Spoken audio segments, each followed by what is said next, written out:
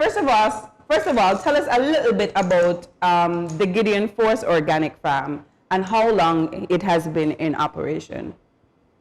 Okay, greetings again in the name of the Father, the Son, Emmanuel Christ, our Lord and Savior, and then I comfort His Imperial Majesty, Haile Selassie I. And I give thanks for being here, and I give thanks for you all having I&I. On behalf of I&I Gideon Force Farm, I would start by saying that we definitely is a cooperative, and you all know what a cooperative represents. You know, we represent a different selective of individuals that include male and female, and actually our children, the community itself.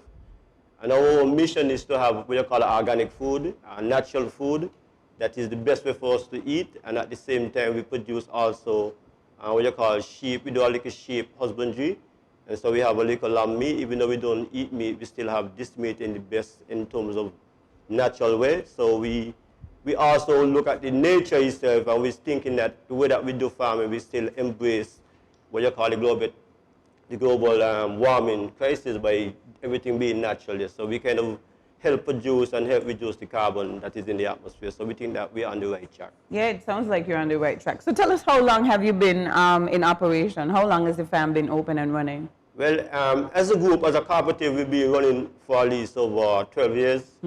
But coming together before we become a cooperative, we were about maybe like say 15 years. Oh, wow. But we recognize that being a cooperative would give each individual a chance to have a more share into the organization than having one person maybe being like to say he will be the direct shareholder. And that's the best way to do farming, collective. You know, it's a lot of work it is in organic farming. So we think that that's the best way to also do it, is to have a collective movement, because that's the way we as a black people need to do. We need to work more together. Agreed, 100%. You know?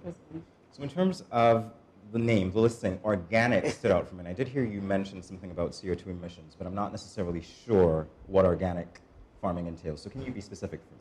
Well, it's just a natural way of farming.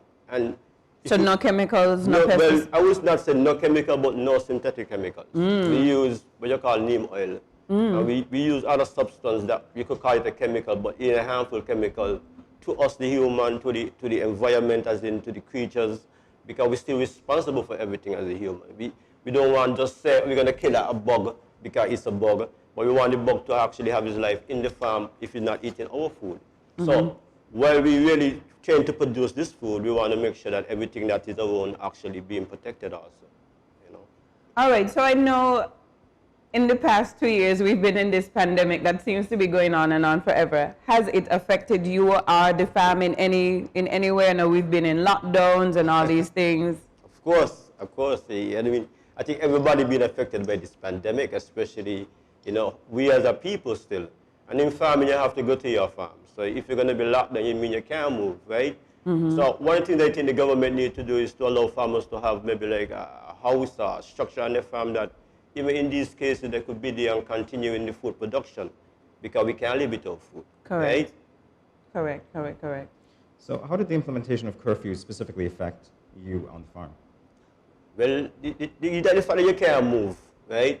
I mean, however farms say they have one to structures that 1 or 2 members can stay there, but the workforce couldn't move. I mean, that's a lot. I mean, it was a lot. You can't just do as you like still in this sort of, like I say, a state of emergency.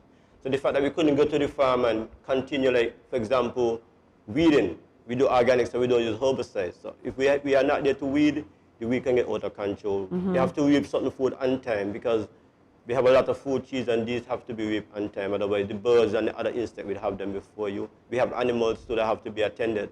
Dogs have to be fed.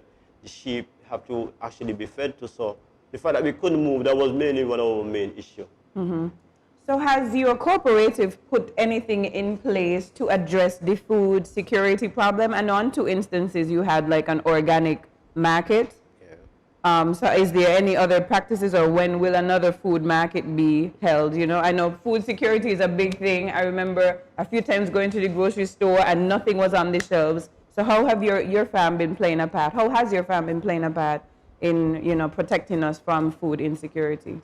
Well, you see, I mean, the word security is just to say safety, or to say have it accessible, right? So I think the word security is a little bit kind of harsh, but because a lot of farmers lose like food during the pandemic, didn't get sales for the food because for some reason how everything is set, the food the food wasn't getting moved at the right time, and some food get wasted. So I don't think at that time the problem was maybe not having enough food. It was that the lockdown kept farmers from not moving the food to the supermarkets. But for like our farm, we lose a lot of like our crops, our produce during the lockdown because we couldn't move it, right? So I think, and how our farm set for sustainability is that we have food cheese. And if you have to understand what the food cheese does, it continues bearing over the years, and it produces even more. So I think that's one way that we could have like a sustainability in terms of the food, having more food cheese in sync, it's more orchards, and then we could introduce the 3-month crops that are going to just be short crops, quick crops. You can't do nothing about short crops and quick crops. So they have to be done and be reaped by a really quickly, we have time for just one more question really quickly. Where can we place an order for everything that you have on the farm? Well, we have a site. We have the Gideon Force. They have a site. I think, I don't know the full information about this site because how the farm is set, everybody in the group have their own responsibility. Okay, I'm the manager for the farm. I take care of what happens on the grounds, right? And then they have, I don't want to say Oksana on the mic too much, but Oksana still is our lady that take care of the part for. I mean, so earlier you were talking about some of the crops you have on the farm, and you were saying that you have your fruit trees and then you have the plants that take a shorter time to turn over. Yeah. Can you tell us what you have on the farm right now in this season? Well, this is soursop season. You know, December is like a season Oh, for soursop is so good for you. Yeah, and soursop have so many benefits. So I will just say to the item, whoever maybe needs soursop, and even if you don't have money, because our farm don't always just speak about money, we look at helping still, because that's the first art of business, right? And we have like pomegranates, we have custard apple, it's something that we used to have back then, the custard apple, and they're kind of shorter, but we have a few trees that produce them actually at this time. We have like what we call star apple, we have, it's a lot of different stuff we have, but all are not producing, and it's just, as I say, seasonal. And I just say that's the best way for sustainability to us. We ask the government to put in more food cheese, and we have coconut water too. And Again, we need to have a little more coconut in our country, our local coconut too. And we hope to put that in the market shortly, coconut water as a local entity from NI country itself. So in the near future, we hope to really impact more of the supermarkets and the surrounding with our produce, that we could have a healthier nation. And a healthy nation means that we're going to be stronger, you know, not only mentally but physically also. So I give thanks for you all having us and giving us a chance to express, and even encouraging the farmers them to be more organic, and, you know, saving our people's lives, because the way cancer is really having us, we should really be aware of our consumers more than just a profit, you know. Right, agreed. Right, so is that one of the reasons that you've decided to delve into the organic farming? Yeah, man. I mean, our group stems from a spiritual organization, the Teoladi House of David, and the elders them, there's good elders, and they encourage us to keep it as the youths them who really maintain the farm. And we recognize that when the Almighty created the earth, He never tell us about this chemical. He make Eden and He put us in. Everything was beautiful until we messed up.